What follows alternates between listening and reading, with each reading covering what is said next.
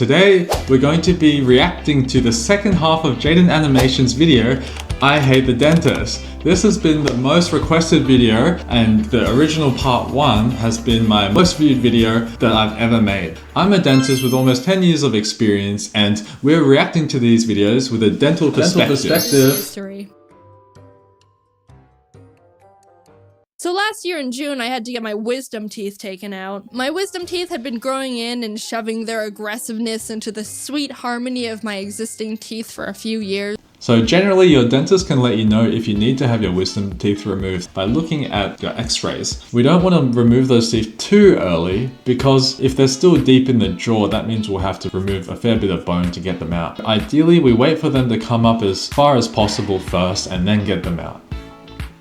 My mom intended to get them removed when I turned 18, but I think she forgot, and I thought I could get away with it, but they were starting to get really painful and annoying. One was coming in sideways. So it sounds like she was having issues with pericoronitis, so that is where the gum around the wisdom tooth becomes very inflamed, and that's because the tooth is coming through, which means there's a little gap under the gums where food can get stuck and cause inflammation of the gums. And when the gums become more swollen, they get larger, and so then when you're biting together, you're biting onto that raw inflamed gum, which can be really uncomfortable, which made my gums get in the way while I ate, which made me only chew food on the left side of my mouth for like a whole year. I'd had enough and figured I just needed to get it over with and have them ripped out. I scheduled an appointment to get them removed on June 11th and braced for impact the rest of the week. Before the extraction, they wanted to have a meeting with me to discuss the process of what they're doing and how they're doing it. They put on one of those 90s informational videos and everything seemed fine until we got to the part where it was talking about sedation. In the video, they said that some sort of gas is used to induce conscious sedation, the kind that makes you really loopy and not remember anything. But then the nurse piped in and said, "That sounds like IV sedation." So they use gas first to relax you, but then they'll use IV injection to help put you to sleep. You'll still be awake, but you won't be able to realize what's going on. Generally, if you see a specialist, they'll definitely have that option, but some general dentists don't offer IV sedation. We don't do that here. And let the video continue.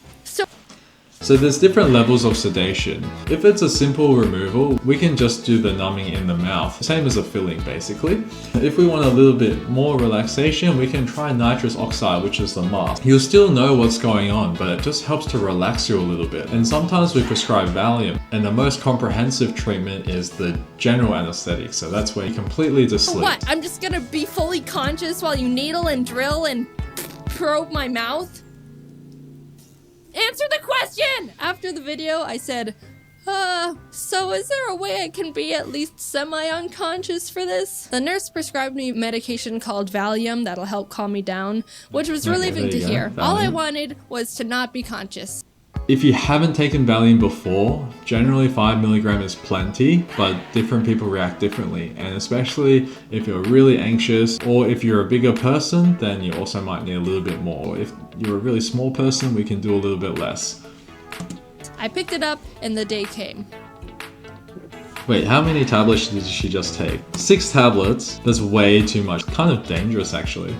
My roommate and I got into the car to take me to the appointment, and that's when it really sunk in.